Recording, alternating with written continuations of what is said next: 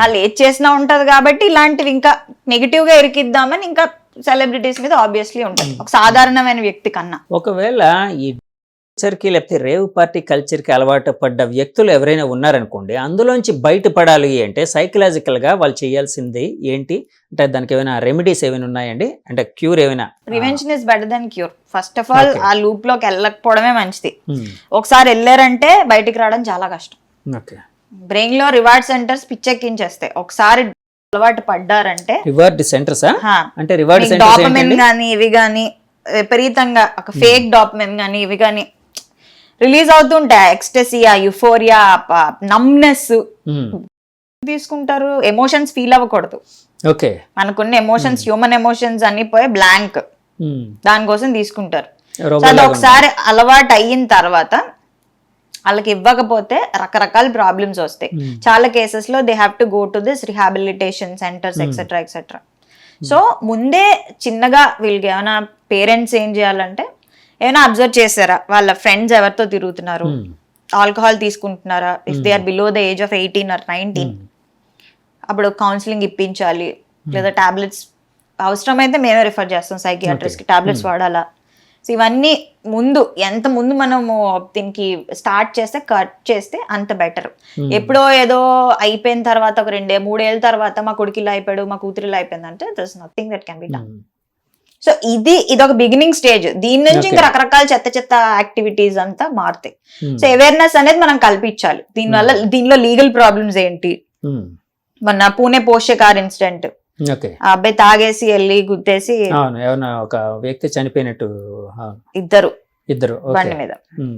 So ఇలాంటివన్నీ మనం తప్పించాలి as common people and as responsible citizens. అది మన మీద కూడా ఉంది అవేర్నెస్ వీలైనంత వరకు రకరకాల మీడియాల ద్వారా. అంటే ఈ ఇంటర్వ్యూ ద్వారా నేను ఏం చెప్దాం అనుకుంటున్నా అంటే మీ పిల్లలు కానీ మీ చుట్టుపక్కల వాళ్ళు ఎవరైనా కానీ ఇలా ఎడిక్ట్ అయితే దేనికన్నా, సో వీలైనంత వరకు జాగ్రత్త తీసుకోండి, అవేర్నెస్ కల్పించండి. మీ సన్నిహితులు ఎవరైనా ఉంటే డాక్టర్ దగ్గరికి తీసుకెళ్ళండి. బేసిక్ సైకాలజిస్ట్, లేదు మాకు వాళ్ళు ఎగ్జామిన్ చేసిన తర్వాత ఇంకా ప్రాబ్లం ఉంటే they should be referred to someone hire. అంటే యాక్చువల్గా ఇలాంటి అలవాటు పడ్డ వాళ్ళు ఫస్ట్ సైకాలజిస్ట్ దగ్గరికి వచ్చారు. ఫర్ ఎగ్జాంపుల్ మీ దగ్గరికి వచ్చారనుకోండి, మీరు ఏం చేస్తారు అంటే ఏ విధంగా వాళ్ళని? ఫస్ట్ అసెస్మెంట్ తీసుకుంటాం. 360 degrees psychological assessment. Normal body testing కొన్ని టెస్ట్లు ఉంటాయి. మీకు కాల్షియం లెవెల్స్ కానీ మెగ్నీషియం లెవెల్స్ కానీ మిగతా normal blood profile, very normal blood profile. కొన్నిసార్లు మీ బాడీలో ఉన్న డెఫిషియన్సీస్ వల్ల కూడా ఇంపాక్ట్ చేస్తూ ఉంటాయి certain behaviours. So we take all that. మా దగ్గర అయిపోతే మా దగ్గర మేము we give therapy, we give enough support for them to overcome. If అది మా దగ్గర మాకు కుదరలేదు అంటే we refer them to a psychiatrist. కొన్ని కేసెస్ లో ఏంటంటే బోత్ సైకాలజిస్ట్ సైకియాట్రిస్ట్ ఇద్దరు ఉండాలి. మాత్రలు వాడాలి, థెరపీ కూడా తీసుకోవాలి. ఎందుకంటే బెటర్ రికవరీ మైండ్ కి. అంతే కదండి. కొంతమందికి ఎక్కువ ఎఫెక్టివ్ గా ఎక్కువ పని చేయాలంటే రెండు కలిపి తీసుకోవాలి. ఎఫెక్టివ్ ఫాస్టర్ గా ఉండాలి. చిన్న చిన్న విషయాలకి పర్లే కానీ ఇట్లా పెద్ద వాటికి బోత్ సజెస్ట్ చేస్తాం. అలాగే ఈ మధ్య సొసైటీలోని అంటే మల్టిపుల్ పార్ట్నర్స్ని ఎంచుకోవడం అనేది, అంటే వివాహ వ్యవస్థలో ఉండొచ్చు ఉండకపోవచ్చు, దాంతో సంబంధం లేకుండా మల్టిపుల్ పార్ట్నర్స్ని ఎంచుకోవడం, అలాగే ఎడిక్ట్ అవ్వడం ఇలాంటివన్నీ నడుస్తున్నాయి. సో వాళ్ళ సైకాలజీ ఎట్లా ఉంటుంది? ఒకవేళ అలవాట్లు ఏవైనా వాళ్ళకు ఉంటే అందులోంచి బయటపడాలి అంటే ఏ విధమైన సైకాలజీ పరంగా ఏ విధంగా చేస్తే బాగుంటుంది? ఫస్ట్ ఆఫ్ ఆల్ ఖాళీగా ఉండదు. పర్వర్షన్స్ ఎప్పుడు డెవలప్ అవుతాయి అంటే ఎక్కువ లోన్లీనెస్ ఉన్నప్పుడు, ఒక ప్రొడక్టివ్ పని లేనప్పుడు, డే స్కెడ్యూల్ లో ప్రొడక్టివ్ గా నేను చెయ్యాలి సాధించాలి ఆక్యుపైడ్ గా లేనప్పుడు ఏంటంటే వీళ్ళకి రకరకాల ఇట్లా పర్వర్షన్స్ అని డెవలప్ అవుతుంటాయి. సో ఒక ఫ్యామిలీలో ఉండి మాట్లాడడానికి మీకు క్వాలిటీ ఫ్రెండ్స్ ఉండి మీకంటూ ఒక గోల్ ఉండి మీకంటూ కొంచెం సెల్ఫ్ అవేర్నెస్ ఉన్న వాళ్ళకి ఇవి డెవలప్ అవ్వవు. So keep yourself occupied, exercise చేయాలి, మంచి డైట్ తీసుకోవాలి, nutrition was also very important. And వాళ్ళ చుట్టూ ఉన్న సర్కిల్ అలాంటిది. These are all basic. So ఈ మల్టిపుల్ పార్ట్నర్స్ అనేవి ఎప్పుడు డేంజరస్. వీళ్ళకి ఏంటంటే మల్టిపుల్ పార్ట్నర్స్ చేసుకునే వాళ్ళకి అసలు విషయం, వాళ్ళకి తెలియని విషయం ఏంటంటే కొన్నాళ్ళకి బ్రెయిన్ కి డిఫరెన్స్ తెలీదు. వీళ్ళు ఒకేసారి మల్టిపుల్ గా చేస్తున్నారు. అది కొన్నాళ్ళకి మైండ్ కి ఏమవుతుంది అంటే చివరికి వాళ్ళు పెళ్లి చేసుకుని ఫ్యూచర్ లో ఒకరితో ఉన్నా వాళ్ళకి సెన్స్ ఆఫ్ సాటిస్ఫాక్షన్ కానీ హ్యాపీనెస్ కానీ రాదు. అది ఫిజికల్ గా అయి ఉండొచ్చు, మెంటల్ గా అయి ఉండొచ్చు. బ్రెయిన్ ఏంటంటే ఆ ఫీలింగ్స్ కి నంబ్ అయిపోతుంది. సింపుల్ గా చెప్పాలంటే brain gets numb, brain and body get numb. So వీళ్ళు ఫ్యూచర్ లో ఒక అమ్మాయిని లవ్ చేసి నిజంగా పెళ్లి చేసుకున్నా వాళ్ళకి సాటిస్ఫాక్షన్ అనేది రాదు. That is the ultimate bad negative effect అన్నమాట. చాలా మందికి తెలీదు. సో అలాంటి వాళ్ళు అందులో నుంచి బయటపడాలి అంటే మీరు అన్నట్టు ఏదో ఒక గోల్ ఏదో ఎంచుకోవడం, దాంతోపాటు ఎప్పుడు ఖాళీగా ఉండడం ఇలాంటివి అన్నారు కదండి.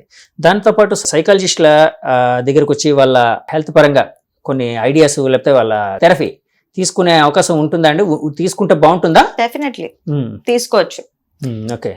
ఒకవేళ వాళ్ళు మ్యారేజ్ లో ఉంటే బోత్ ఇద్దరిని సజెస్ట్ చేస్తాం, ఇద్దరు రావాలి. కొన్నిసార్లు ఇద్దరి మధ్యలో కాన్ఫ్లిక్ట్స్ ఉంటే ఫ్యామిలీని ఇంట్రడ్యూస్ చేస్తాం if they are willing to, వాళ్ళకి నచ్చితే. ఓకే. సో ఏదో ఒక సపోర్ట్ సిస్టమ్ పెట్టుకొని దెన్ వి డూ ఇట్ అన్నమాట. కొన్ని సెషన్స్ పడతాయి. ఓకే. యాక్చువల్ గా అలాగే ఇప్పుడు సెల్ ఫోన్ అందుబాటులోకి వచ్చి ఇంటర్నెట్ బాగా అందుబాటులోకి వచ్చిన తర్వాత ఓపెన్ చేయగానే తెలియకుండానే ఒక రకమైన కంటెంట్ కానీ లేకపోతే అబ్యూజివ్ కంటెంట్ కానీ ఇలాంటిదంతా మనకి డిస్ప్లే అవుతుంటుంది.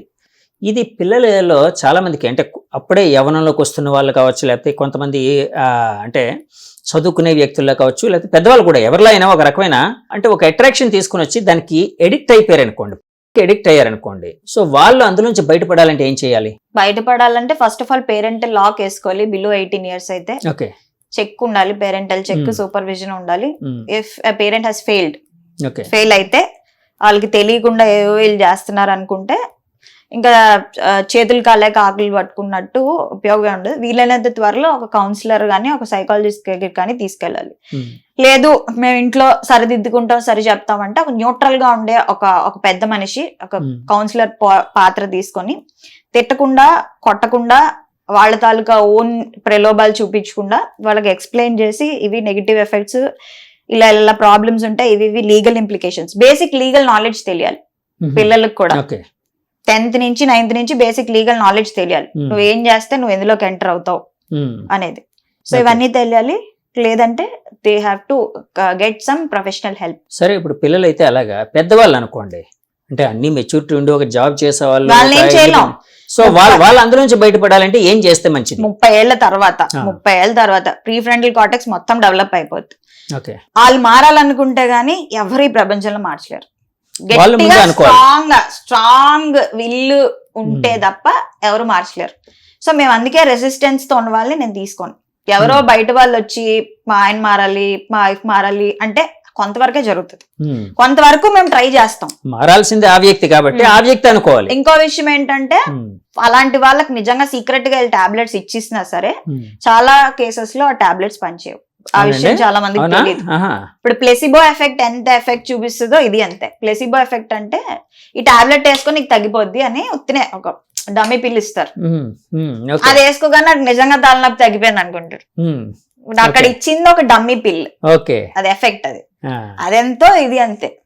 సో మారాలి అనే విల్ లేకపోతే చాలా కేసెస్ లో పిల్స్ ఎప్పుడు బంద్ చేస్తాయంటే వాళ్ళని పడుకోబెట్టాలి. పెద్ద పెద్ద ఉంటాయి, స్కిజోఫ్రీనియా ఇలాంటివి కొన్ని డిజార్డర్స్ ఉంటే, పెద్ద పెద్ద ఇల్నెసెస్ ఉంటే, సైకలాజికల్ ఇల్నెసెస్ పనిచేస్తాయి. కానీ ఇలాంటి వాటికి వాళ్ళకి విల్లు ఉండాలి, వాళ్ళకి ఒక ఇది ఉండాలి. లేదంటే పనిచేయాలి. వాళ్ళంతటా వాళ్ళు మారాలని రావాలి. అండ్ ఈ మార్పు చేసే దీనిలో 10-15 days కి 30 days కి డ్రాప్, దాన్ని ఏమంటారు, విత్డ్రాయల్ సిమ్టమ్స్ వస్తూ ఉంటాయి.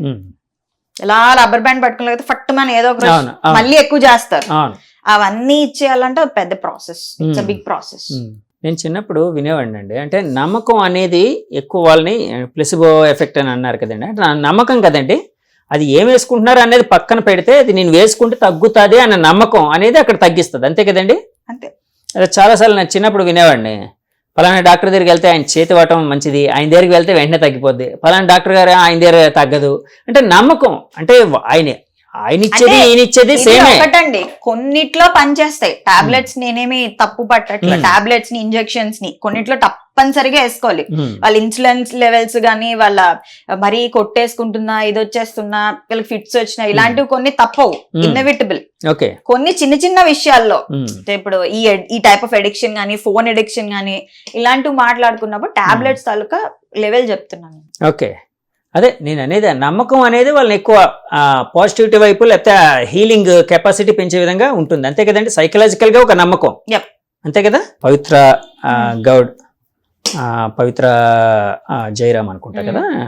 సో పవిత్ర గౌడ్ విషయంలోనే కావచ్చు, ఆ కేసులోనే కావచ్చు, ఒక కన్నడ హీరో దర్శన్ అతని మీద ఛార్జెస్ కొంత క్లెయిమ్ చేశారు, ఎఫ్ఐఆర్లు ఫైల్ చేశారు. సో అంటే ఈ ఉదంతం మొత్తం అంటే మీరు వినే ఉంటారు, ఇక్కడ ఏం జరిగింది ఏంటి అనేది వినే ఉంటారు. సో ఉదంతం మొత్తం పరిశీలిస్తే మీకు ఏమనిపించింది ఒక సైకాలజిస్ట్ గా? సో ఇవన్నీ అండి ఎక్స్ట్రా మ్యారిటల్ అఫైర్స్ ఏంటంటే క్షణికావేశం కోసం, క్షణికానందాల కోసం, టెంపరీ హ్యాపీనెస్ కోసం ఏంటంటే it is leading to crime. ఒక ఇష్యూలో ఇంకొక ఇష్యూలో చంపేశారు. సో ఇవన్నీ మనకి ఈ ఇన్సిడెంట్స్ చూస్తుంటే ఏమర్థం అవుతుందంటే ఇప్పుడు వీళ్ళు ఇలాంటి వాటిల్లో ఉండడం వల్ల ప్రేమించిన వాడికి సుఖం లేదు, ప్రేమను పొందిన వాళ్ళకి సుఖం లేదు. So it is leading to crime. ఇవన్నీ చూసి ఏం నేర్చుకోవాలంటే ఎక్స్ట్రా మ్యారిటల్ అఫైర్ అనేది సిట్టింగ్ ఆన్ ఫెన్స్ లాగా, ముళ్ళ మీద కూర్చోవడం లాంటిది. దిగిపోతే కొంతలో కొంతనే, దిక్కున్న అక్కడే కూర్చున్నారంటే అలాగే ఉంటుంది. దిగినా నొప్పి పెడుతుంది, కానీ ఆ నొప్పిని భరిస్తే at least you will save your skin. Okay, blunt గా చెప్పాలంటే అంటే రిలేషన్ లో ఏవైనా గొడవలు ఉంటే, డిఫరెన్సెస్ ఉంటే అంటే ఈ మధ్య చాలా మంది మీడియాని ఆశ్రయిస్తూ ఉన్నారు. అలా ఎన్నో కేసెస్ బయటకు వస్తున్నాయి, అంటే బయటపడుతూ ఉన్నాయి. సో మీడియాకి వచ్చిన తర్వాత ఇప్పుడు కుటుంబ సమస్య ఏదైనా ఉంటే ఆ 4 గదులకి లేకపోతే ఆ బెడ్రూమ్కి మాత్రమే పరిమితం అవుతుంది, లేకపోతే ఇంటికి పరిమితం అవుతుంది. కానీ ఎప్పుడైతే మీడియాకి ఎక్కిందో మొత్తం ప్రపంచం మొత్తం అంతా తెలిసిపోద్ది. సో ఈ మధ్య అలాంటి కైండ్ ఆఫ్ ఎక్కువ ప్రయత్నాలు నడుస్తున్నాయి. అంటే ఆ ఇద్దరు వ్యక్తులు కలిసి ఉండలేనప్పుడు అంటే వాళ్ళు మామూలుగా సాల్వ్ చేసుకోకుండా ఇష్యూని మీడియాకి ఎక్కి దాన్ని ఎక్కువ అంటే అందరికీ తెలిసేటట్టు చేసుకుంటున్నారు. సో ఇలాంటివన్నీ గమనించినప్పుడు వీటి వెనక ఉన్న వ్యక్తుల సైకాలజీ ఏ విధంగా ఉండే అవకాశం ఉందని మీరు భావిస్తూ ఉన్నారు? ఇప్పుడు మోరల్ పోలీసింగ్ ఎక్కువైపోయింది. ఏది కరెక్ట్ ఏది రైట్ జడ్జ్మెంట్స్ ఇల్లే ఇచ్చేస్తారు. యూట్యూబ్ లోనే వీళ్ళు మాట్లాడుతూ ఇల్లే జడ్జ్మెంట్స్ ఇచ్చేస్తారు. సో కాల్డ్ కౌన్సిలర్స్ కానీ ఒకళ్ళు ఇద్దరు అని చెప్పాను, వీళ్ళే జడ్జ్మెంట్స్ ఇచ్చేస్తారు. ఇప్పుడు మనం కూర్చొని debate and discussion is very different than passing a judgment. ఇప్పుడు దురదృష్టవశాత్తు ఏంటంటే ఎవరికి వాళ్ళే కొత్త కొత్తగా పుట్టుకొస్తున్నారు. వీళ్ళే జడ్జ్మెంట్ ఇచ్చేస్తారు ముందు, వీళ్ళే శిక్ష, వీళ్ళే జడ్జ్మెంట్, వీళ్ళే అన్ని వీళ్ళే. ఇంకా పోలీసు లా ఇంకే అక్కర్లేదు, they do it on their own. So ఇవన్నీ చూస్తున్నాం. అండ్ ఇలాంటి షోస్ కూడా కొన్ని వస్తున్నాయి. నేను తప్పు పట్టను, బట్ కూర్చుని డిబేట్ చేసి ఒక లాజికల్ గా ఒక రేషనల్ డిస్కషన్, ఒక రేషనల్ రిజల్ట్ లో తెచ్చుకోవడం డిఫరెంట్. అది కాకుండా మనమే జడ్జ్మెంట్ పాస్ చేయడం అనేది అది కరెక్ట్ కాదు. కంబైన్డ్ ఫ్యామిలీస్ ఉండేటప్పుడు అంటే ఉమ్మడి కుటుంబాలు ఉండేటప్పుడు యాక్చువల్గా కుటుంబ పెద్దలు మీ కౌన్సిలర్ పాత్రని వాళ్ళు పోషించేవారు. అంటే వాళ్ళు ఇద్దరు రెస్పెక్ట్ చేసే ఒక పెద్దలు ఎవరైనా వీళ్ళని కూర్చోబెట్టి మంచి చెడు కొట్టకుండా తిట్టకుండా వాళ్ళకి అర్థమయ్యేటట్టు చెప్పి ప్రాబ్లమ్ సాల్వ్ చేసేవారు. ఇప్పుడు మైక్రో ఫ్యామిలీస్ వచ్చిన తర్వాత ఎవరికి వాళ్ళే ఇండివిజువల్ అనుకుంటూ అంటే ఫ్రీడమ్, నాకు ఆ ఫ్రీడమ్ ఉంది, నాకు ఆ ఫ్రీడమ్, నా జీవితం నాది అనే ఒక వాదన ఎప్పుడైతే భావన ఎప్పుడైతే ఎక్కువైపోయిందో, సో అలాంటిది ఇలాంటి వాటికి అంటే కొంచెం అగ్రెసివ్ డెసిషన్స్ తీసుకోవడానికి, వాళ్ళ లైఫ్ స్టైల్ని పాడు చేసుకోవడానికి, లేకపోతే ఇలాంటివి కొంచెం బయట మీడియాకి వచ్చి అంటే ఇంకా దాన్ని రచ్చ చేసుకోవడానికి ఎక్కువ దోహదపడుతుంది అని నేను వినేవాడిని. అందులో నిజం ఉందంటారా అండి? డెఫినెట్లీ 100% ఇది. ఇంతకు ముందు చూసినట్లయితే ఇవన్నీ ఉండేవి కాదు. మనకి చిన్న చిన్న విషయాలకే మనస్తాపం చెందడం, మనస్పర్ధలు తెచ్చుకోవడం, చేసుకోవడం, ఎడిక్ట్ అయిపోవడం, ఇవన్నీ ఉండేవి కాదు. సాయంత్రం అయ్యేటప్పటికి లేదా పిల్లలు స్కూల్ నుంచి ఇంటికి వెళ్ళేటప్పటికి ఉండేవారు, మాట్లాడుకునేవారు, ఏమైనా చిన్న చిన్న ఉంటే షేర్ చేసుకునేవారు. అండ్ కజిన్స్ ఇంట్లో ఉండేవారు. ఒక మ్యారేజ్ జరిగింది అనుకోండి, అదొక 1 month 2 months ఒక ఎగ్జైట్మెంట్. అలా చుట్టూ మనుషులు ఉండడం వల్ల ఐసోలేషన్ అనేది ఉండేది కాదు.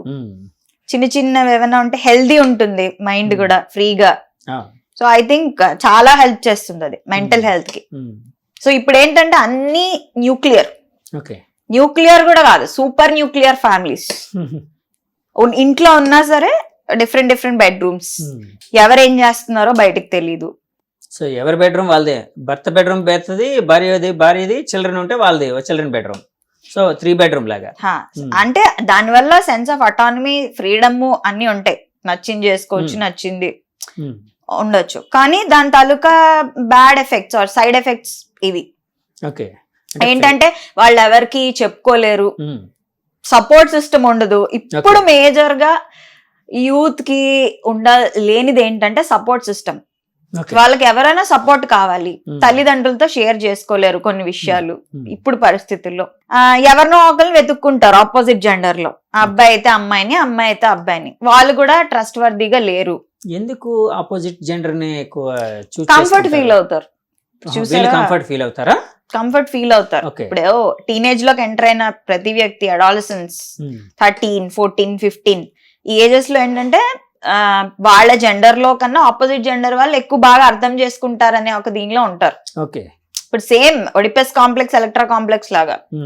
అంటే ఇప్పుడు కొంతమంది అబ్బాయిలకి తల్లి అంటే ఫేవరెటిజం ఉంటది, కొంతమంది అమ్మాయిలకి ఫాదర్ అంటే ఇష్టం ఉంటది, డాడ్స్ లిటిల్ ప్రిన్సెస్ ఇవన్నీ చెప్తారు. సో అలా సేమ్ వాళ్ళు కోరుకుంటారు. సో వాళ్ళు కూడా కరెక్ట్ గా ఉండట్లేదు. ఇప్పుడు వాళ్ళు ఏదో మాట్లాడడం మానేస్తే వీళ్ళు మళ్ళీ డిప్రెస్ అయిపోవడం, ఇట్లా ఇట్లా ఇట్లా ఒక ఏమంటారు, ఒక ఊబి చిక్కుకుపోతున్నారు. వాళ్ళే క్రియేట్ చేసుకుంటున్నారు, అంతే కదండి. వాళ్ళే క్రియేట్ చేసుకుంటున్నారు అంటే సిచ్యువేషన్స్ కూడా అలానే ఉన్నాయి. ఇప్పుడు parents both of them are working parents. ఎంత టైం కేటాయిస్తున్నారు? ఎప్పుడో వీకెండ్ లో ఏ రిసార్ట్ కు పట్టుకెళ్ళడమో, ఏ టూర్ కి వెళ్ళడమో ఆ టైంలో తప్ప, ఆ టైంలో కూడా ఎంత మీ పిల్లలకి నీ దగ్గర ఎంత ప్రైవసీ ఉంది, ఎంత ఫ్రీడమ్ ఉంది, అసలు షేర్ చేసుకునే ఒక ఓపెన్నెస్ ఉండాలి కదా. మీకు ఆ వేవ్ లెంత్ లేకుండా సడన్ గా వెళ్ళి ఇది అని చెప్పుకోలేరు కదా. కొన్ని విషయాలు షేర్ చేసుకోలేరు వాళ్ళు. ఆ లెవెల్ ఆఫ్ కంఫర్ట్ ఏంటి, ఇవన్నీ కూడా ఉన్నాయి. అండ్ వాళ్ళ ఫ్యామిలీ, మిగతా ఫ్యామిలీతో ఎంత కనెక్టెడ్. ముందు కజిన్స్ తో షేర్ చేసుకునేవారు, పెద్దనాన్నలతో, మామయ్యలతో షేర్ చేసుకునేవారు. ఇప్పుడు ఎలాంటి రిలేషన్స్ ఉన్నాయా? ఉన్నా సరే ఎంత హెల్తీగా ఉన్నాయి. అలాగే ఈ మధ్య ఒక కేసు, నేను ఇందాక చెప్పాను కదండి, ఒక గొడవ, భార్యాభర్తల మధ్య గొడవ అనేది ఒక బాగా సెన్సేషనలైజ్ అయింది. మిస్ వైజాగ్గా ఇంతకుముందు ఉన్న ఒక అమ్మాయి, నక్షత్ర అనబడే ఒక అమ్మాయి, ఆవిడ, అలాగే ఆమె భర్త ఒక సినిమా హీరో, బ్యాక్ డోర్ అనే సినిమాలో హీరోగా చేసిన తేజ అనే ఒక ఆమె భర్త, వాళ్ళిద్దరి మధ్య ఒక డిఫరెన్సెస్ వచ్చి, సో వాళ్ళ మధ్య ఒక గొడవ జరగడం. అంటే ఈ అమ్మాయి, అతను